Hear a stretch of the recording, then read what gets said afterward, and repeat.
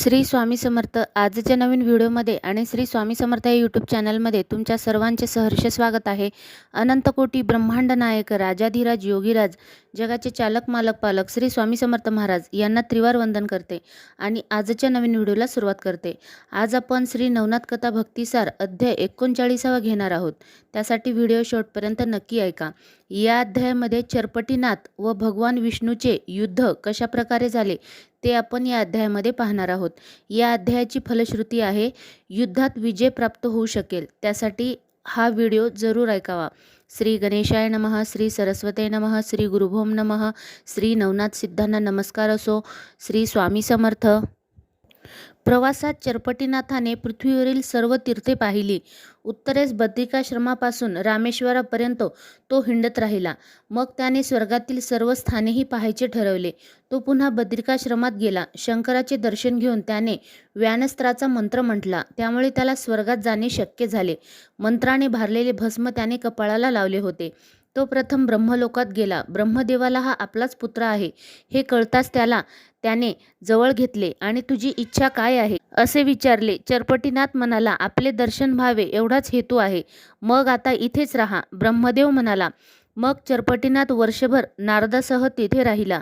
एकदा नारद इंद्राकडे गेला. इंद्राने त्याची चेष्टा करून म्हटले, या कळीचे नारद या. आता कुठे कळ लावणार आहात असे इंद्राने त्याला म्हणाले. इंद्राचे ते शब्द नारदाच्या मनाला लागले. नारदाचे कार्य हे माणसाच्या प्रारब्धाप्रमाणे त्याच्याकडून कर्मे घडून घेण्याचे असते. तो काही मुद्दाम भांडणे लावित नसतो. नारदाला राग आला. त्याने इंद्राला म्हटले, तसा प्रसंग तुमच्यावर लवकरच आणीन, तरच खरा मी नारद मुनी आहे. नारद चरपटीला घेऊन इंद्राचे नंदनवन दाखविण्यासाठी निघाला. पण चरपटीला काही त्याच्या इतके वेगाने जाता येईना.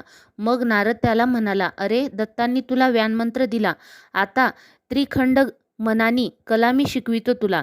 असे म्हणून नारदाने चरपटीचा देह मंत्रशक्तीने असा केला की कोणत्याही क्षणी त्याला स्वर्गलोक, भूलोक, मृत्यूलोक, पाताळलोक, तपलोक, सत्यलोक सर्वत्र जाण्याची शक्ती प्राप्त झाली. मग ते अलगपुरीत शिरले. नंदनवनातील मधुर फळांनी लगबडलेले वृक्ष, सुगंधी पुष्पाचा घमघमाट, रंगीत पक्ष्याचे कर्णमधुर आवाज, दिव्य गंध वाहून आणणारा वायू, त्यामुळे चरपटी फारच उल्हासित झाला. त्याला फळे खावीशी वाटली. भूक तर कडकडून लागली होती. नंदनवनातील एकदम चांगले फळे त्या दोघांनी खाल्ली. जाता जाता कितीतरी फुले त्यांनी बरोबर घेतली. ब्रह्मदेवापुढे त्याने ती फुले ठेवली आणि म्हटले, बाबा, आम्ही रानात गेलो होतो तेव्हा छान छान फुले मिळाली, ती आम्ही आणली आहेत तुमच्यासाठी. ब्रह्मदेवाने वरवर पाहून ठीक ठीक असे म्हटले आणि नारद व चरपटीनाथ यांचे प्रेम पाहून त्यांना खूप आनंद झाला. फुले नंदनवनातून आणली आहेत हे काही त्याला ठाऊक झाले नाही. नारद व चरपटी नंतर रोजच नंदनवनात जाऊन फळावर ताव मारू लागले. वनरक्षकांनी पाळत ठेवून चरपटीला पकडले. नारद मागच्या मागे पळून गेला. चरपटीला वनरक्षकांनी खूप मार दिला. त्याने वाताकर्षण मंत्र टाकून त्यांचे प्राणच कासावीस केले. त्यांच्या मागून आणखीन एक वनरक्षक आले. त्यांनी ही अवस्था पाहिली आणि चरपटीची भयंकर तप्त मुद्रा पाहिली. तेही मागच्या मागे पळून गेले. त्यांनी इंद्राकडे जाऊन सांगितले, कोणीतरी तपस्वी तरुण नंदनवनात शिरला आहे. त्याने वनरक्षकाचे प्राण घेतले आहेत. आमचे त्याच्यापुढे काही चालत नाही. इंद्राने देवगणांना सांगितले, सर्वांनी जाऊन त्या तपस्व्याला नष्ट करा. देवाचे सैन्य एकदम नंदनवनाकडे गेले. ते येताना पाहून युद्धाची लांबण न लावता एकदाच काय तो सोक्षमोक्ष लावावा म्हणून चरपटीने वाताकर्षण मंत्र म्हणून सर्व देवांना मूर्छित पाडले. इंद्राला युद्धाचे व्रत हेरांनी सांगितले. तेव्हा ऐरावतावर बसून इंद्र स्वतःच निघाला. इंद्राने कैलासावर जाऊन शंकराचे साह्य घेतले. शंकराने आपल्या गणांना बोलावले. त्यांना आपल्याबरोबर येण्यास सांगितले. विष्णूला बोलवा, सर्वांनी युद्धाची तयारी करा, शत्रू फार बलाढ्य आहे असे म्हणत शंकर कैलासावरून नंदनवनाकडे निघाले. विष्णूला शंकराचा निरोपही सांगितला.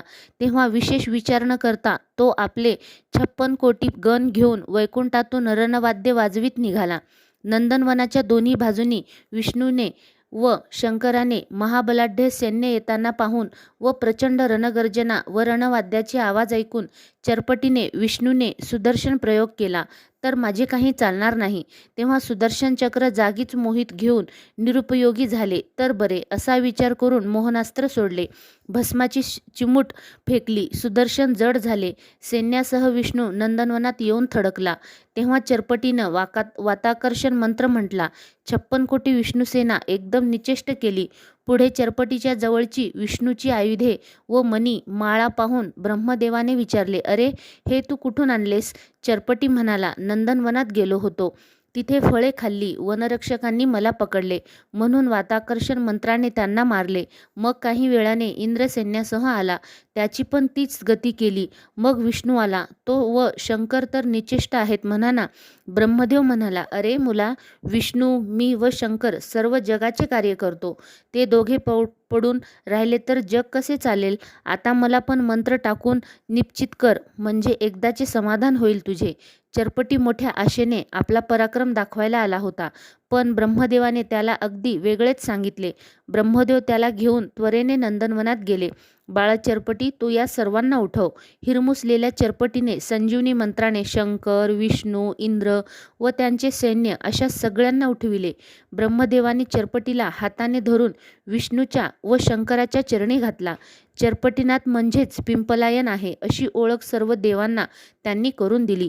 इतक्यात नारद विमान झंकार करीत इंद्राकडे आले. त्यांचा सत्कार झाल्यावर नारद साळसूदपणे म्हणाला, देवराज, आपली फारच वाईट स्थिती झालेली मला कळली. फार दुःख वाटले. कोणी कळीचा नारद आला होता वाटतं. इंद्र ते वाक्य ऐकताच चमकला. खरोखरच नारदाचेच हे सगळे काम असावे ही शंका त्याला मनात आली. तुम्ही माझी कळीचा नारद म्हणून चेष्टा केली होती ना, मग मी माझे काम चोख केले. यापुढे तरी सांभाळून बोलावे, हे सर्वांनाच बरे. त्यानंतर इंद्राने कधी नारदाची चेष्टा केली नाही. 1 वर्षपर्यंत चरपटी व नारद सत्यलोकात राहिले. मनकर्णिकेत नित्य स्नान करावे व नारदाबरोबर गप्पा गोष्टी कराव्या असे वर्षभर राहिले. त्यानंतर नारदासह चरपटी पाताळातील सर्व स्थाने पाहावयाला गेला. बळीने त्याचे चांगले स्वागत केले. त्यामुळे चरपटी पाहिले नाही असे कोणतेही स्थान राहिले नाही. अशा प्रकारे श्री नवनाथ कथा अध्याय 39वा समाप्त झाला आहे. या अध्यायामध्ये आपल्याला असे निदर्शनास आले आहे की देवलोकात सुद्धा नारद मुनीला कळीचा नारद असे म्हटले जाते. ते कशामुळे म्हटले जाते ते आपण या अध्यायामध्ये पाहिले आहे. त्यासाठी असे नवनवीन विविध व्हिडिओ पाहण्यासाठी श्री स्वामी समर्थ या चॅनलला लाईक, शेअर, सबस्क्राईब करायला विसरू नका. श्री स्वामी समर्थ.